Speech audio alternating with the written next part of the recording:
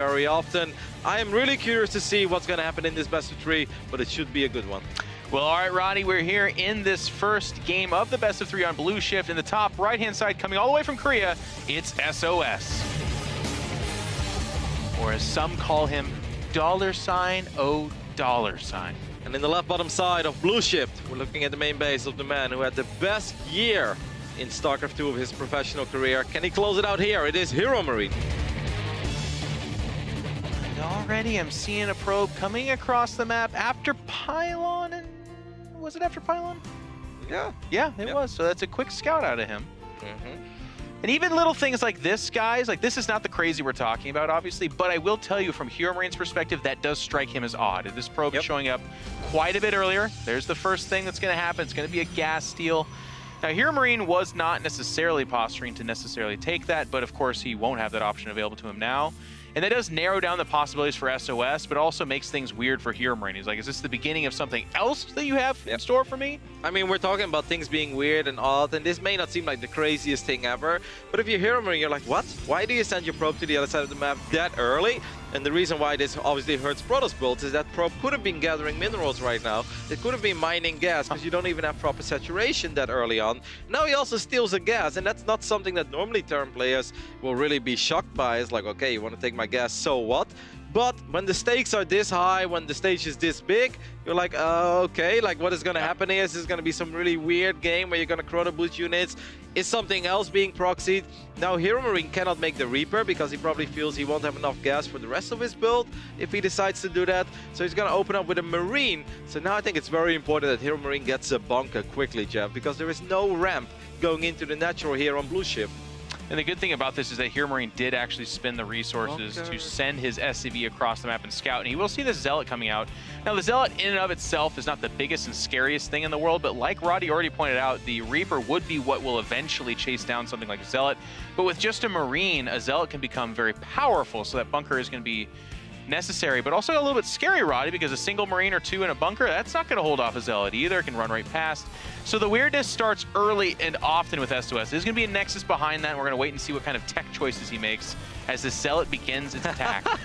That SCV was in a really sweet spot. It's important that HeroMarine doesn't mess up the micro here, and he does not. Bunker will complete. Marine jumps inside of the bunker. So far, so good. Yeah. If this wouldn't be like SOS playing, you're playing against SOS in the global finals, HeroMarine would look at this and be like, okay, this is a really good start. I don't know what this Protoss is doing. That's how normally these Terran players analyze these kind of openings. And it's going to be a Twilight Council behind that, so we'll have to wait and see if it is going to be Dark Shrine or Blink or both. Something along those lines. The gas still being taken inside the main. Now, of course, as the natural finishes up, we can see a gas has gone down there. So for right now, HeroMarine's saying, I'm not even going to send Marines back there to deal with that. You're just such a weird player that I'm going to kind of see what happens here, then maybe go deal with it. And that's all fine and good. Now, a Robo is queued up here as well. I'm feeling Dark Shrine. Yeah, I think you're right. I mean, that's a very quick Robo. He's going to fire up Blink. So far, I'm not impressed by this opening from SOS. It really doesn't seem like it has accomplished anything. He is only 4 workers ahead, and I say only because Protoss can have a bigger advantage in this phase in the game. And then don't forget that he wasted some Chrono Boost energy on Gateway units. He also sent a probe to the other side of the map very early on. Didn't accomplish much, and we've been talking a lot about HeroMarine, but we can talk about SOS as well. A lot of players had high expectations of the 2-time world champ coming into this tournament. That first series that SOS had in this tournament against Sero, I mean, yeah, Sero is fantastic, Sero is amazing, and we can't stop talking about how good Sero is. Oh, this doesn't look like anything so far, Jim. No, this is actually just straight up bad. He's going to lose 3 out of the 4 units. His Stalker is getting low health. He's trying to kite here, but he's at risk of just straight up losing the Stalker. It's going to tuck its tail and back out of here. I think the Reaper can kill him, and the Reaper is a lot faster. Now, obviously, Stalkers can take out Reapers, but that Stalker goes down too. And I mean, this is more of SOS against Sero so far. This is an absolutely disastrous start for the Protoss player. It really is. And with that Robo coming out, we're going to see some observers. Blink Stalkers queued up behind this. There is no army for SOS. That's kind of weird, but for Protoss players, it's not super unweird. No, but normally if you go up to 3 bases, 4 minutes and 40 seconds into the game, you at least have 4 or 5 stalkers with blink, maybe even a sentry, a shield battery here and there.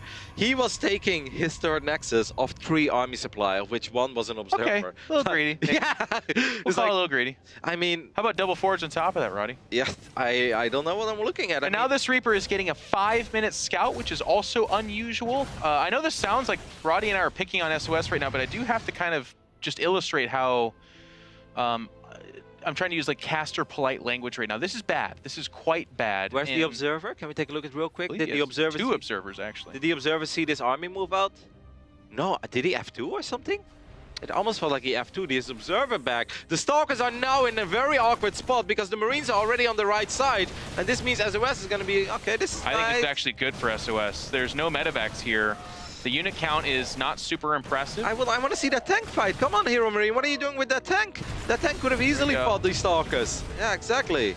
A lot of time being bought here, by the way. Oh, we actually missed out on this Liberator getting 6 kills. Very impressive over there. The tank is quite low in health. 3 out of 4 Stalkers went down so far. Sure, SOS is buying time for this Nexus. That's nice and all. But once again, Stalkers are not cheap units. HeroMarine is up 10 SCVs, Jeff. 10. A Terran player being up 10 workers against the Protoss. Not bad. This harass will kind of cease. I think it's the right choice from HeroMarine. He's going to pull back. He got some damage done with the Liberators. He actually escapes with the tank. That's going to be the critical unit there. You can lose a few Marines, that's fine. They're mostly disposable. We want to keep that tank count getting higher. Lots of gateways finishing for SOS, but as Roddy's been pointing out, the probe count is not super mega impressive. So yes, he is on 3 bases, but it is actually functioning as just now almost full saturation on 2 bases. HeroMarine is getting a turret there, and that's an anti-Dark Templar turret. Obviously helps against observers as well, but it's mostly like, this is going way too good, and that must mean that something else is going on. No, this is actually it. And you know what's worth mentioning? I don't think he necessarily forgot it. Maybe he was low on gas, but SOS still didn't start either charge or glaives. I'm expecting charge here, but it's important that he does fire that up soon, because just blink Stalkers are not going to cut it eventually. This is not a good game so far from SOS. Absolutely not. And he keeps trying these little maneuvers and losing a few units here and there. He's already warping in Zealots, Jeff. I think he's forgetting. Are these the Zest slow Zealots from Home Story Cup fame? It's really important that he fires up charge soon, guys. Otherwise, his army is gonna be awful. There's no other way. No, it's a mistake, Roddy. Okay. Oh no, there it is. Actually, okay. Well, if it was a mistake, he's now realizing it. 2-2 has not been started yet either, but he actually has an upgrade advantage for right now against HeroMarine. So HeroMarine just finishing up combat shields fairly soon here as well, and stim. So that's worth noting. The aggression will wait until then. Scans, again, sees no gas at the 3rd. HeroMarine is in an absolutely phenomenal spot. The Warp Prism takes a lot of damage, but these Zealots don't have charge yet, so it really shouldn't be that hard for the German Terran player to clean this up. The Stalkers are still annoying. I do like what SOS is doing here, a little bit of multi-prong. He is floating money, but he's got a lot of gateways, but the Prism does not He didn't have stim. He actually didn't have stim to finish it off. With the Warp Prism living, by the way, that's such a nuisance because if you pick that off, it's almost an insta attack for the Terran player. They're like, well, oh no, did the Viking get it? Did the Viking get it? Yeah, I mean, he's firing up a new Prism, so I think you're onto something. And sure, this may have looked kind of cool, but Stalkers and Zealots, guys, I've said this many, many times in my casting career already, they're very good as long as the armies are small. You look at HeroMarine's army supply right now, 66. In a minute or 2 from now, and he's going to be closing in on 85, 90, or even 100 army supply. Zealots are not going to cut it anymore. There's no +2 armor on the way either. Yeah. I know it seems like I'm being very negative of what SOS is showing us so far, but this is just not very good. Yeah, it's he definitely improvs when he gets into these games, and right now he's still down 10 workers. He's improving to a crowd that's not clapping and they're not laughing, and he's just like, The big concern here for me personally, Roddy, is the medevac count, by the way. One of the natural things that can happen is that medevacs can peel off and go for drops. You pick them off, so the Terran has only 3 or 4 with their army. Right now it's like 6. Yeah, exactly. It's 6, and there's more coming. And if you get up to that count, Zealot Stalker cannot actually compete with it. Oh, look at those 2 Widowmines as well. They're getting a couple of juicy hits off. I don't think the Zealot count is high enough at all. Maybe the multi-prong can get something done, but there are so many Marines and Marauders here. The tanks on the high ground are destroying these Stalkers. And sure, there is a massive warping in the main base, but SOS needs to start killing an insane amount of SCVs to make this worth it. No, he's down 30 some odd supply. The Zealots are getting to work, but a little bit haphazardly. Yes, 9 SCVs did die. That's not critical damage whatsoever. The War Prism's still just hanging out there. I think the Viking is hovering around here, but the Zealots get cleaned up essentially for free. Soccer count is not significant, so they show up to do some damage. It looks like they might get a depot for themselves, a couple of SCVs. But keep in mind, this is the other part of this. These Warpins are the Warpins that are not at home, so having just lost his army, SOS is sitting at 40 army supply. He's getting doubled in that regard. Armor is just, it's actually approaching being finished up, so he should be on 2-2 by the time we get to the big fight, and now sloppily losing the War Prism. I mean, 17 SCVs going down, that seems like a very big deal. I really don't think it is. HeroMarine still in there, triple orbital, only 11 workers behind, almost doubling the army, and SOS is not transitioning yet, guys. It's still gonna be Zealots and Stalkers. Sure, there is an Immortal, but an Immortal only has 2 gases. Yeah, Kevin. An Immortal doesn't change much. Oh, 3. Okay, sorry. He needs a Robo Bay or Templar Archives, but I don't think you can ever afford Storm here.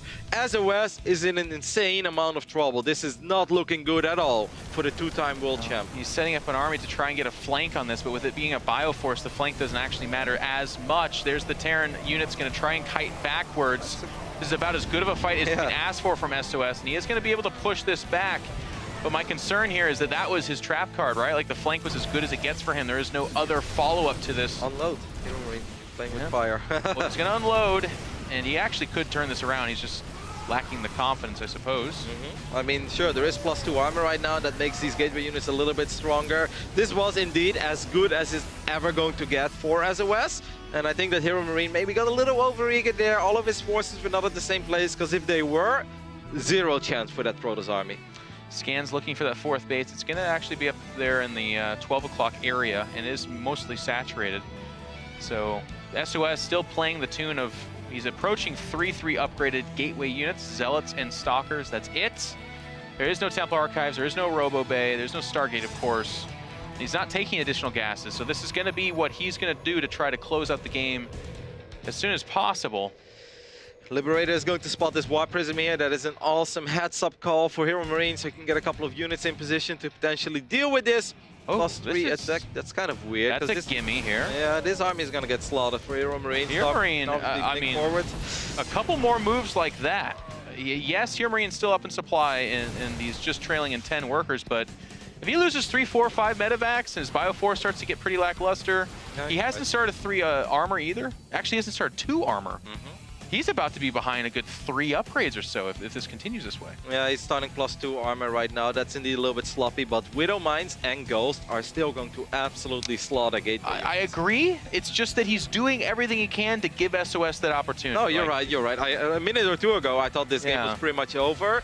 Now I feel that SOS had a couple of favorable trades, but I still don't love it for SOS at all. He's going up to 5 bases, still making Zealots and Stalkers. Now, you know, I'm a fan of this playstyle, but I also know that eventually you need something else. You look at the supply of HeroMarine, he is close to maxing out. I don't think you can defeat a maxed out Terran player with just Zealots and Stalkers. No, what I want to see from SOS is the counterattack, obviously, and then like a Dark Shrine, Temple Archive, something behind that. Disruptors, I think, are always or Disruptors, but if you can pick off all the command centers, and all of a sudden a couple of Dark Templar can actually win you the game. He's going to go for the fight, though, against his Bioforce. He blinks forward on top of the tanks. It is only just the 2 tanks, but the Bioforce on the right side is evaporating the Zealots, and that is going to... Oh, the Widow Mine stealing a heavy right hand to the majority of that force, and there is the reason why Kevin was a little bit concerned for SOS. He loses a lot there. All I can say is that I talk from experience, you know. I've had fights like this, guys. Not once or twice, but a million times. You need a Robo Bay. Storm is obviously awesome, but since Ghosts are already out, Disruptors are actually pretty damn cheap units, and they can really turn games upside down. But if a Terran player is at 180 supply, Zealots and Stalkers are not going to cut it. Even if you are 2 upgrades ahead, it doesn't matter. EMP, Widow Mines, and Zealots will disappear. And you can see SOS now shifting over to that kind of counterattack mentality, saying every time you leave, I'm going to attack you. And that's not a bad idea, honestly. That's what I wish he would have done with the major army that he just lost, because HeroMarine is only on 3 bases. He's not making a 4th command center.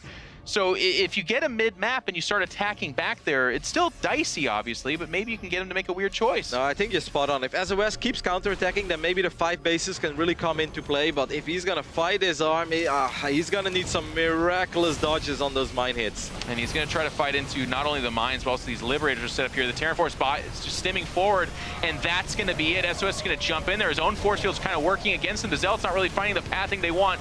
There is one Immortal added into this fight, but the army supplies actually going a little bit in favor of SOS. Maybe the top of this ramp was the good call here. Upgrades okay. Medevac still hanging around. Now the SCVs kind of pull forward. Not many Zealots left, though. SOS needs a few more Zealots. He still has a little bit of money in the bank. 25 SCVs went down during all of this. There is a counterattack as well. HeroMarine needs to do more than he's done so far, because now he's suddenly very low on the SCV count. SOS is going to scrap this out. It's close, but that fight was just too close, and the economic damage behind it. The Stalker's blink forward, and that was a horrific choice. I'm not sure why he did just that. He loses all the Stalkers essentially for free. The Liberator still stands, and these Medevacs are over the top. We are in for a knife fight here. The Bioforce is going to make its way over here to this more healthy bases. I mean, the Medevacs are quite low on HP as well. That's off the reinforcements. I love that blink by SOS. He's going to pick up that Liberator. A couple of probes did go down. Can he push back these bio units? Because if SOS does that, then obviously HeroMarine is going to be in trouble. And with that warp and the Zealots joining in on top of this, Medevac's low health. There's still Stalkers here. SOS is now up in supply, still trailing an army, but that's all that there is here. Wow. And now HeroMarine is trying to recover back at home. He's down in workers, but keep in mind, again, he doesn't have an additional base, so you don't need actually 66 SCVs. But Roddy, I am horrified because HeroMarine had this game absolutely in the bag, and it was those counterattacks, but it was a light counterattack. It was like 5 Zealots, and that's all it took to possibly put this game squarely in SOS's favor. What a sick fight on top of that ramp. The Stalkers being in a perfect concave, just having the reinforcements coming in over and over again. HeroMarine brought SCVs as well, which I thought was a little bit confusing. I don't think that was necessary, and I really don't think they added that much either, but damn, that was a hold in the end. And sure, SOS is still down a little bit in army supply, but he's got those extra bases, and Zealots and Stalkers do shine once the armies get a lot smaller. And, well, HeroMarine's army is an insane amount smaller right now. And now all of a sudden those 5 bases become a super big, oh my gosh, both ghosts get called. Okay, just one of them pays for it, but they do get called out there. Wow. SOS is relentless with this, and it's that fearlessness too, by the way, Roddy. Like, some of these blinks have obviously been pretty terrible, but because he's just so rich, he's got so many bases, a lot of those trades, while they were not favorable to him, they've kind of whittled HeroMarine down and put him in this position where one counterattack and all of a sudden SOS can win this game. What a bizarre game by SOS. I don't think it was pretty, and it definitely wasn't convincing, but he did take all the bases, and yeah, like you said, he was sort of holding, even though he eventually lost the fight. He did so much on the other side of the map as well. He picked off a few Zealots, and now SOS is moving in for the kill. He finds a couple of these Marines as well. You got to be so careful, HeroMarine, because HeroMarine needs to cherish every single Marine he has. The army of HeroMarine just does not look nearly as impressed. That Liberator is up towards the front. He's going to join his friend in death. The Marines pull back, trying to do what they can. These force fields are getting kind of weird for me to call out because they're just so strange, but the Zealot's going to jump forward here, and they're going to go on top of this, but it's the Stalker count that's going to prove to be fatal here as they pick off a lot of those Marines. Now, some Marines are trying to reinforce, but there's actually a force over there as well. SOS is going to claim this first game, and I'll tell you what, it got ugly, it got weird, but SOS, that's where he shines, man. You want to get ugly, you want to get weird, he's the guy that's comfortable there. And I was waiting to call out HeroMarine is the winner of this first game, but gosh, that counterattack. Explain this game. You can't. And look, here's the thing too, by the way. I want people to know this. Mistakes were made. It's not, like, Roddy and I are not wrong on this. My explanation is, I love that in StarCraft. That's the beauty of this. These guys are playing for so much. There's so much pressure on them. The loser of this is out. You're done. And it's the last major significant tournament of the year. So they're fighting desperation here. And SOS in particular, like Artosa said, he's one of the favorites to win this tournament, or at least plays very highly. He could have lost here, and that could have been 0-1 in a best-of-3 for elimination. I would have loved to see HeroMarine obviously be a little more on point when it comes to the upgrades, because he didn't start +2 when he obviously could have. And I also think we can be a little bit critical of why did he never throw down a 4CC, you know? You can always fly it over, you can build it in defensive. He didn't need to end the game there with that push. I cannot fault him for thinking he could, because he had 180 supply and he's fighting Zealots and Stalkers. So I absolutely understand the move out. Looking back at it, you could say it wasn't necessary. I don't really understand why he brought SCVs as well. That was really confusing to me. And then he didn't use them for the most part. Yeah, they were just kind of standing there. And then on top of that, he lost SCVs because a couple of Zealots showed up at his third base. And that's where things suddenly took a downward spiral real quick. I mean, that was a bizarre game, and I think a game that's really hard to forget for HeroMarine because he had that one. sOs did not have a pretty early game. You leave a Liberator behind, you rally your units over to that third, and I think this is a very different game. But either way, we are now in game number 2 with SOS leading 1-0 in this best of 3. In the top left-hand side of Dreamcatcher, it's the Korean Protoss, SOS. I wonder how he feels about the game. He's like, yeah, another game. Yeah, went according to plan, you know. Not every fight went my way, but that's kind of how I envisioned it all along. In the right bottom side, we're looking at the main base of our German Terran. He's down 1-0. This is his last shot. It is HeroMarine. You know, Roddy and I had the honor of casting HeroMarine's first series against Zest, and I'll tell you, one of those games we talked a lot about how it's going to haunt him. Like, that's a game he should have won. This game was worse. This game was... like HeroMarine, you play that out 10 times, you probably win 7 or 8 of them. And I know that sounds really severe, but I'm telling you. I would say 9, I mean it. I'm saying 7 or 8 to be safe. But you're right. Like, most of the cases, you button up that third, you throw down a 4cc, you take a more cautious fight over there. It's just Zealots and Stalkers. As the game goes on and your ghost count gets to 5 or 6, your upgrades start to sync up.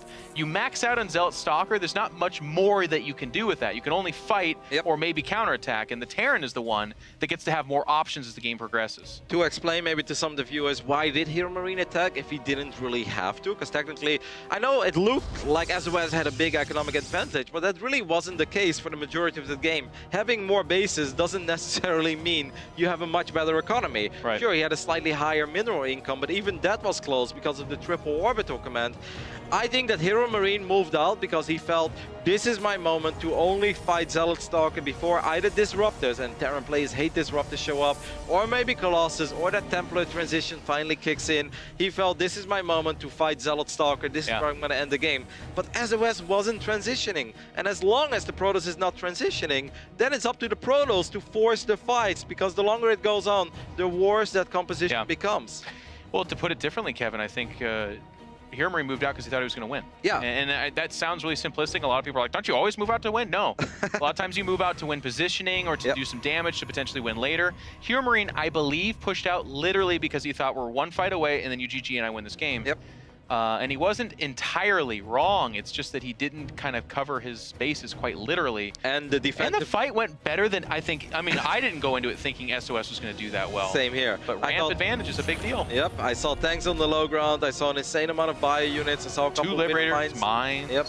But SOS did a really good job in making sure the mine hits were not as disastrous as they could have been. He did a fantastic job for keeping his Stalkers alive for as long as he did. And yeah, just a lot of things went this way. This is already, guys, a much better start for SOS. You look at what he accomplished on Blue Shift in the beginning of the game.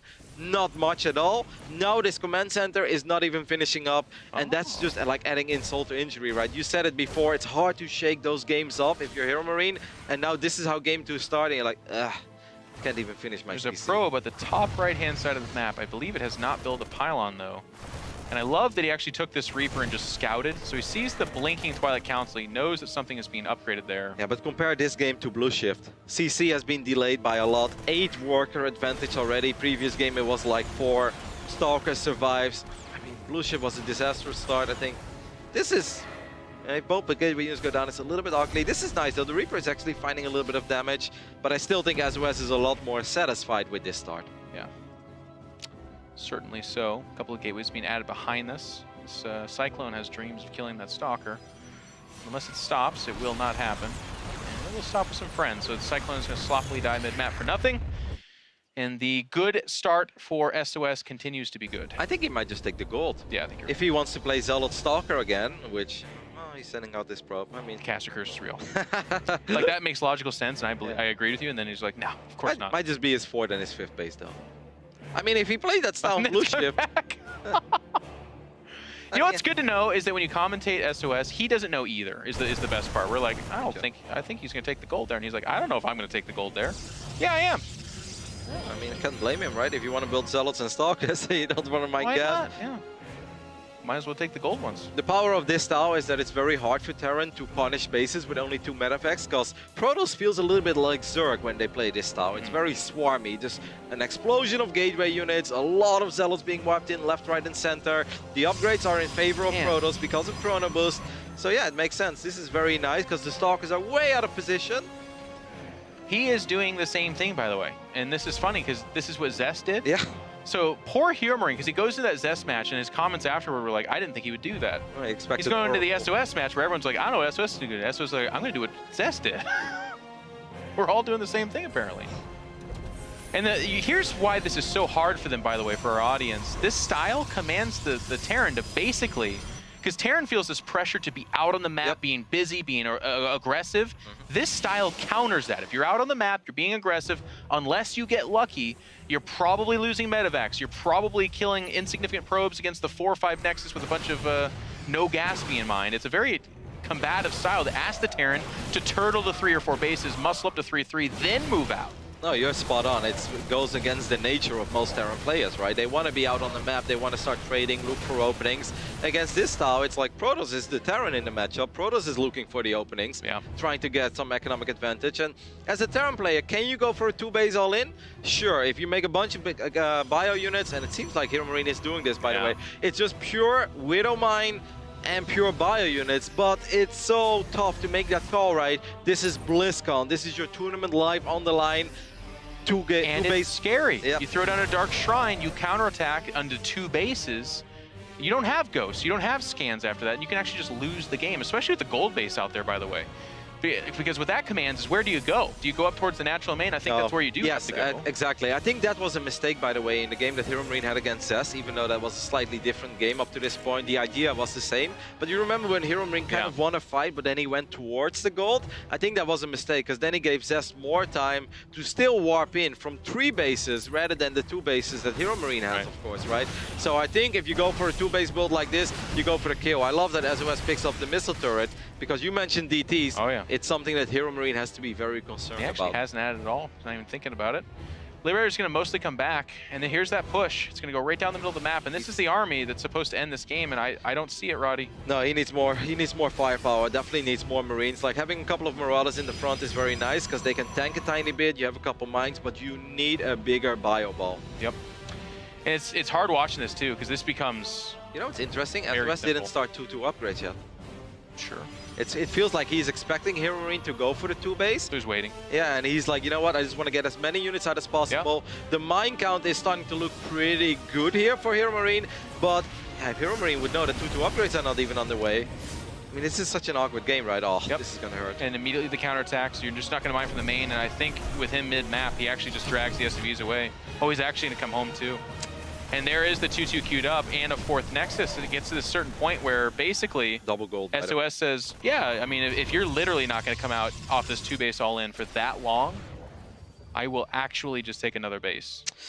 Double gold. I mean, HeroMarine needs to take care of this would be a big deal. Yep, he needs to take care of this prism. The mines, that's a lot of mines here. Doubled all the Zealots. That's a lot of Zealots disappearing. I think this was really damn good start for HeroMarine. I am really shocked that SOS is trying to force this issue. He's going to lose all those Zealots.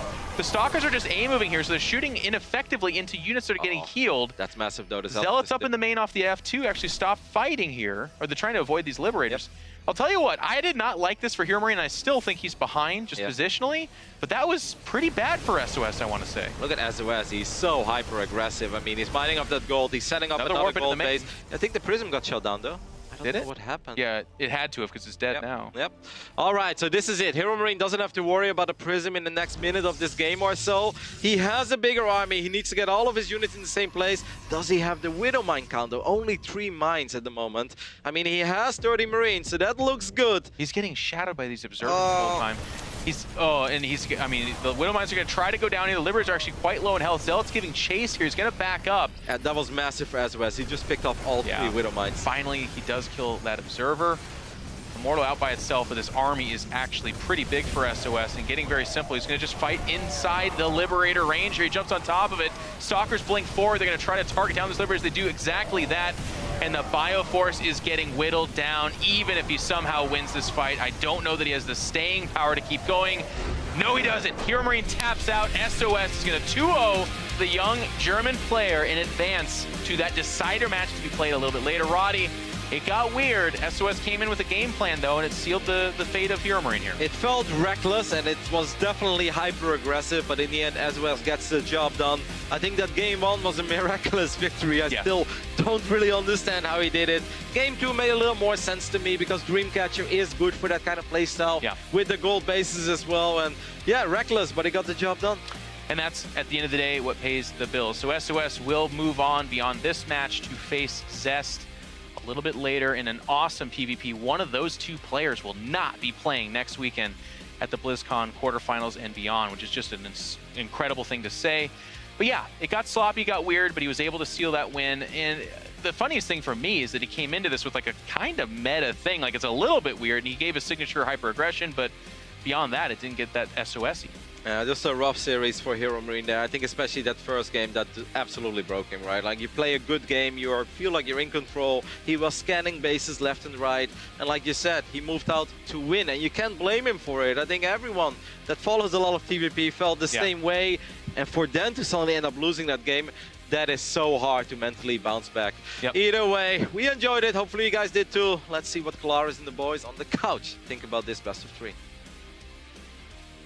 That's right, thank you very much. And SOS is able to advance on to the decider match later on in this group. I'm joined once again by Todd, Mr. Tasteless, and Maynard. And guys, I think that, you know, overall looking at that series, yeah, there were some mishaps here and there. A bit of a brutal series, I think, for HeroMarine, considering the start to the actual game number 1.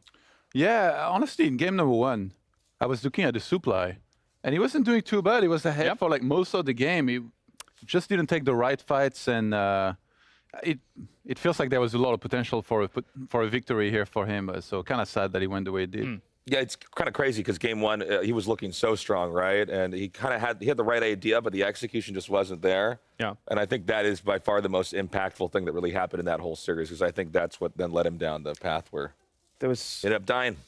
There was a bit of sloppiness for both players. Obviously, SOS started game 1 off with like some very questionable maneuvers.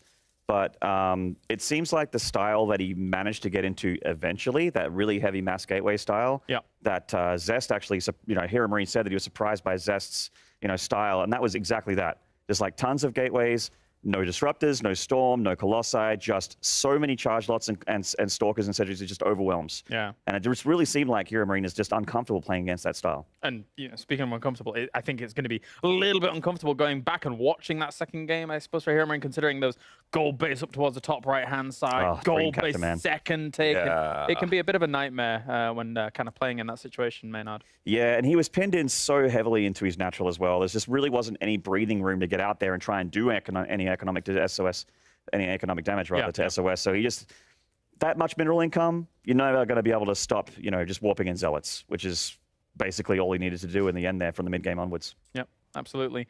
Nick, looking at that overall though, tough for HeroMarine, but good for SOS being able to kind of get that under his belt, move on to the next match. And I mean, let's not count him out. Okay, he's done this twice before. That's insane.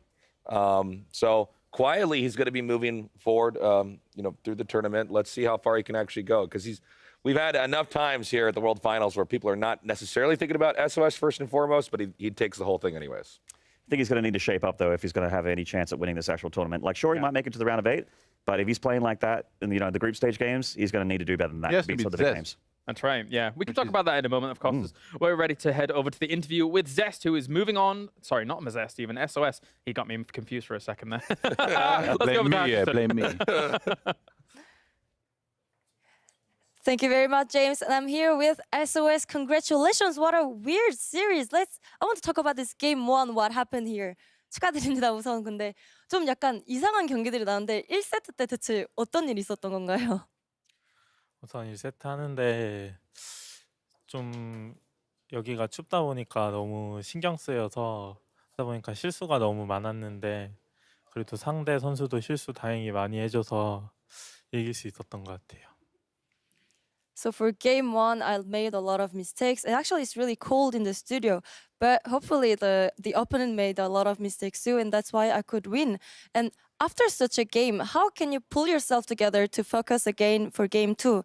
약간 이런 경기가 나오고 다시 이제 2세트를 시작할 때 어떻게 다시 약간 멘탈을 잡으시나요? 딱히 멘탈은 잡지 않고 그냥 이 맵에서 뭘 할지 생각하는 편이에요. Well, my mental was okay, but I was just thinking about the build I was going to do on this map. Okay, so now you're going against Zest, and I checked your head-to-head score, and you are down 5-13. Are you afraid of Zest? Or are you confident? How do you feel? 이제 다음에 주성 선수를 만나게 되는데 전적을 확인해 보니까 한 5대14로 주성 선수가 좀 많이 이겼더라고요. 그게 약간 좀 인식도 되고 그게 좀 이제 어떠신가요? 자신감 있으세요? 우선 성욱이가 푸프전을 좀 잘하다 보니까 신경 쓰이긴 하는데 그래도 좀 단두대 매치이기 때문에 서로 심정은 비슷할 것 같아서 그냥 좀 편하게 해볼 생각이에요. 그럼 약간 우리 김유진 선수가 약간 시크릿 빌드 같은 거 좀 많이 좋아하시는데 그런 거 준비하셨나요? 제가 세랄 선수 전만 준비 많이 했었는데 좀 세랄 선수한테 져가지고 딱히 비장의 수는 별로 없는 것 같아요. 그냥 잘해봐야 될 것 같아요. So against Zest, you know, he's a really good product and his PvP is pretty strong. But I think we're pretty even, so I'll just try my best. And I asked if he had any special build prepared against Zest. And he said, you know, I was more focusing against Cyril, but I lost and I didn't really have time to prepare any special build against Zest. So let's see how it goes. Thank you very much. Great talking to you. And I can't wait to see the next game against Zest. Back to you, boys. Likewise, always kind of a treat here. Let's see PvP, especially when it comes to SOS, a player who has built even some of his tournament success as a whole. If you think back to something like the $100,000 winner-takes-all tournament, that PvP in itself was kind of crazy to say the least. But as we say, we can kind of break down exactly what was going on there overall in that series. Unfortunate for HeroMarine to go out like that, I think, but he's definitely one of the hopefuls, I think, for 2019's WCS season as a whole. Yeah, for sure. He's one of those players that keeps on growing, and I think this year, he's had a pretty impressive year for sure. He doesn't put that much pressure on himself, I think, anymore, and it really shows. Yeah. So he might be able to do better next year, and I hope for him. He does so. I'm pretty sure he's going to keep on playing and trying. And yeah.